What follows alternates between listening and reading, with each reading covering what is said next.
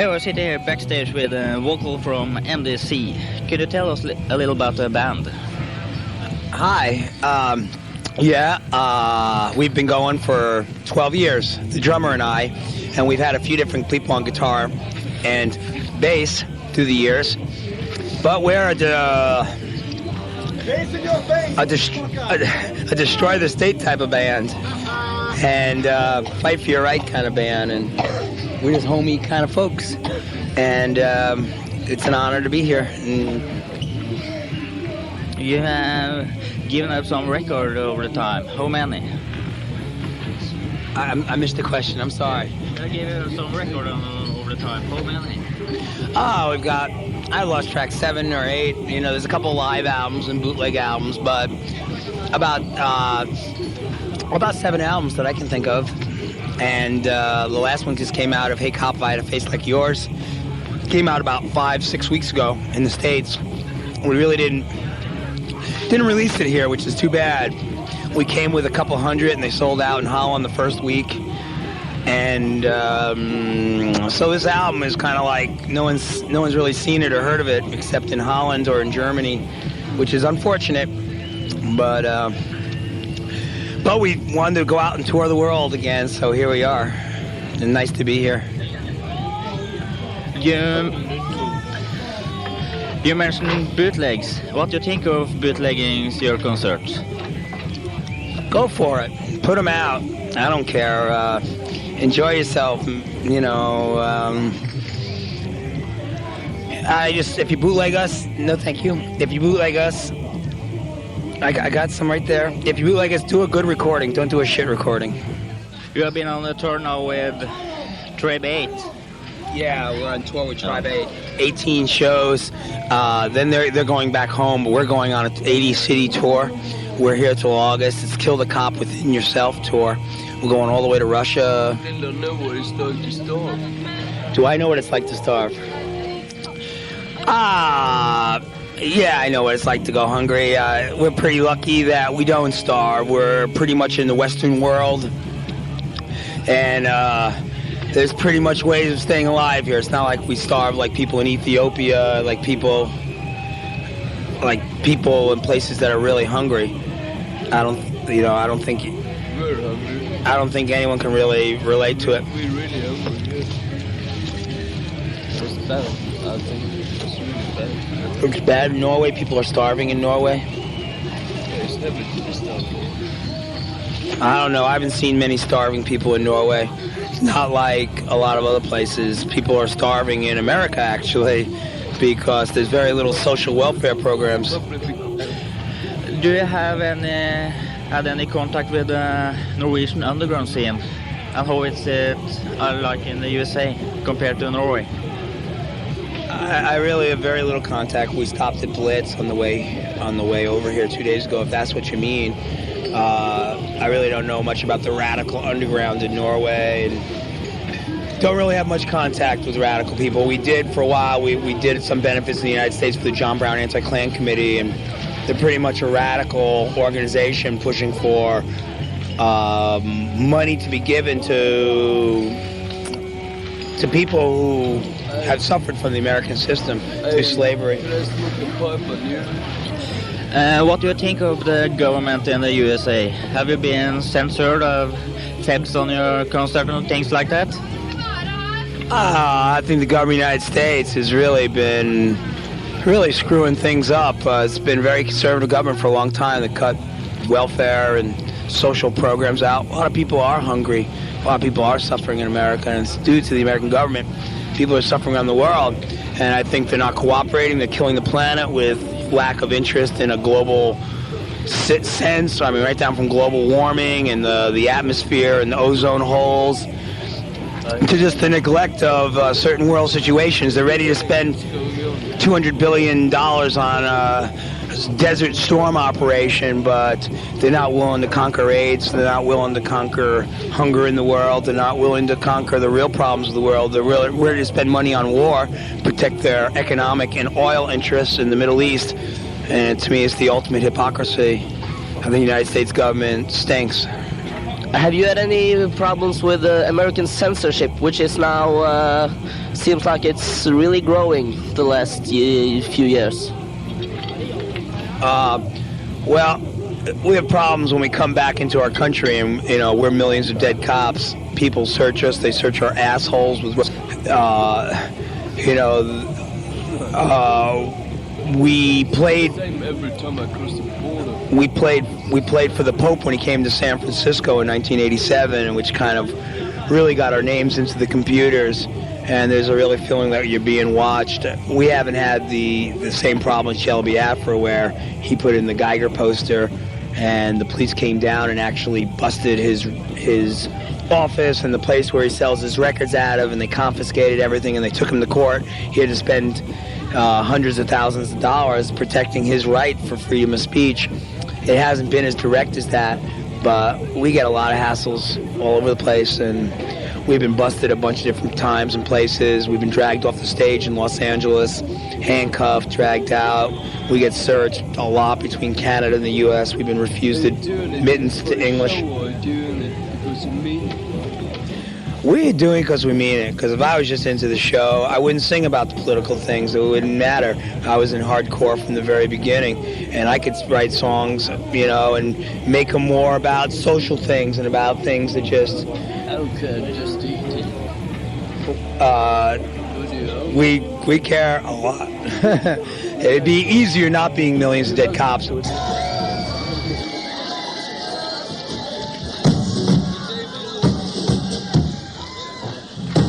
There's not enough food in the world. Too many people, not enough space. Chock full of shit. President of the United States running down. General Motors, Fortune 500. Selling up the world, selling you little pieces. Hey, fuck you, fuck me. Thousands starve. And there'll be more than a fucking shit about it. Oppression, just a byproduct of capitalist ways.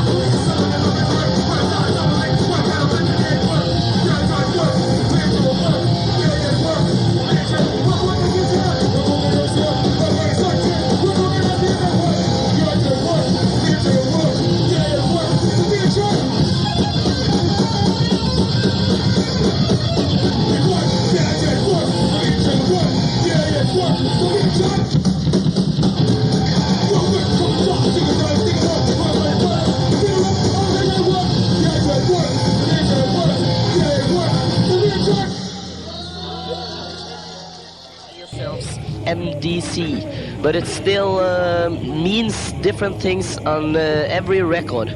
What was the original MDC? What's the idea? The original is Millions of Dead Cops, as was the last album that came out 5 weeks ago. We kind of came back. It's a good one. I'm glad you like it. Yeah, the police are the upfront fucking the soldiers and the strong arm of the government and of rich people who are in power, who are dividing up the material wealth and letting and protecting rich people and letting them suck the planet dry and suck all the resources so a few people can eat and drink and live very well, and many people on this planet can go without. So our anger, is easily directed at them. But, we did another record called Multi-Death Corporation, and that was to talk about just the whole scheme, the economic scheme that is tricking everyone into this little shell game of taking advantage of people and acting like there's only a certain amount of resources and you have to work and you get some. What's wrong with that? What's wrong about equality? Equality? There's not equality, there's not justice, and that's part of what this band's about too. It's not just for what's going on, say, in Thailand, or what's going on right now in Bangladesh, and what's going on in South and Central America, what's gone on the last 15 years in El Salvador, where because people with the coffee companies are in cahoots with what we call the multi-death corporations, General Foods. It's an advantage, and corporations, American corporations, are making lots of money dealing with the government and the way things certainly are. And they're ready to train special forces and Green Berets to torture people to protect their government. Do I know what's going on in Europe now? Yeah, I know something about what's going on with the ECC. I know Denmark just turned it down. And I know it's a really weird situation where one of the advantages of Europe has been that there are borders, and if you got in trouble with one country, you could skip over to another country and live underground, and the long arm of the law is going to get longer. You can't find justice, it'll find you. It takes work, and it takes energy, and it takes having your shit together to actually form a band, get it together, to put a record out, to make it all happen, to get a tour together. Even though I'm on my 6th tour to Europe, it takes a lot of energy and effort to make it. And it's easy to stay at home, and I have a job at home, I drive a truck, and I work for my 30 hours a week, and I make enough money, and I play with my kid, and I make music on the side. I like to play Frisbee, I like to play soccer, I like to relax, I like to swim. What do you think about the riot then in LA? I think it's the icing. I think it's just the beginning of all the trouble. There's a lot of racism. There's a lot of inequity in the American system, and it's a festering sore. And it's just the beginning of a lot of frustrated energy that's going to come out, and especially in the black communities that are being totally ignored by Reagan and Bush, and people are being brought up on coke from the 3rd grade on. You've been into this scene for 12 years. What has happened during those 12 years? Well, what has happened first, to me, what happened was a lot of people were feeling like they were tired of the music, kind of the yes, hippie music, that kind of was self-indulgent, that became stadium rock. I remember seeing The Who in 1977 with 15,000 other people and feeling like I was an ant, like a little insect among many other insects. And it seemed like important for the people I was around that I'd rather be in a room and be with 20 or 50 or 100 people and make my own entertainment that was more personal and more relevant to me than to buy an album and to listen to it 100 times and wait for that band to come to town and then go with 12,000 other people to go see a show. It became more relevant for us to make this music. And then this music involved a lot of kooky stuff, funny stuff, crazy stuff, everything from Nina Hagen to Patti Smith to Devo to all sorts of kind of stuff. And it wasn't all political. In fact, only a small part of it was political, but it felt like we were all being freaks and tuned into this new type of music together. And then as time went on, everybody realized how different they were. The Misfits did not have so much in common with MDC, and DRI did not have so much in common with Jello Biafra, and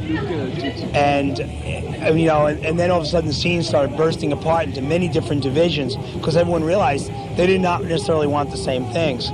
Where some bands were singing about needs for change and toppling power structures. Other bands were just having fun and just making rock and roll music, and everyone started realizing that, and then the scene started going through many different changes, and that's one of the things I noticed about the scene, and now to the point now where punk is kind of a pretty big commodity, and bands like Chili Peppers and Nirvana and Butthole Surfers and Sonic Youth are what was once very, very the edge of the culture is becoming to the mainstream. And to me, it's kind of scary because I don't want to go back to be a bug in the multi-arena places. That's not where I started, and that's why us personally, we're not really interested in getting a big record contract and going on tour and opening for big bands and reaching more people. I'd rather have a relevant time with 100, 200, 400 people where I feel like it's actually something's happening and the people actually can feel and see my sweat and I can see they're feeling back and it's real. Hey, hey man, I don't No, I don't want to smoke a pipe. Back to the gigs here. You brought a little child up on the stage. Who is he? Brian is the drummer's son. He's 6 years old, and that's exactly who he is. He's the son of the drummer, and he's a very clever one. And he, at the beginning, he was just watching us, and Al and Al would go away from home for months at a time. And when you have a child, it's really hard not to see your children grow up. So a couple years ago in the state, when he was only 4 years old, Brian said he wanted to come with us on the road. And we tried it for 4 or 5 weeks, and it really worked out pretty good. And before you know it, Brian wanted to sing, and he's a very clever kid. He worked out the lyrics to 3 different songs. You could sit there with him, he can sing you the lyrics to our songs word for word. And a lot of times I'll make mistakes, and he gets it right.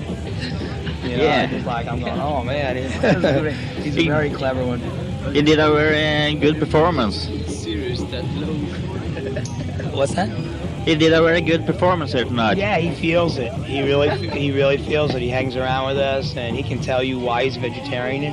He can tell you why he doesn't like the cops. He can tell you why border guards, why he doesn't like border guards. He can tell you a lot of stuff that a very, very intelligent kid. And he sees the energy and how everyone's feeling it. Everyone's jumping up, making the music happen. And he wants to be there with us and not just share looking at, here we are looking at the beautiful sights in Norway, or here we are looking at the Eiffel Tower in Paris. He wants to be up there and give his energy so people can get off on the fact that he's putting out energy that people can feel excited about. And he's gotten better and better. At first it was like, we'll try one song, and before you know it, he's got 3 songs totally down. And he's a really good kid. This is Al's son, Brian. Al Satan! Al Satan!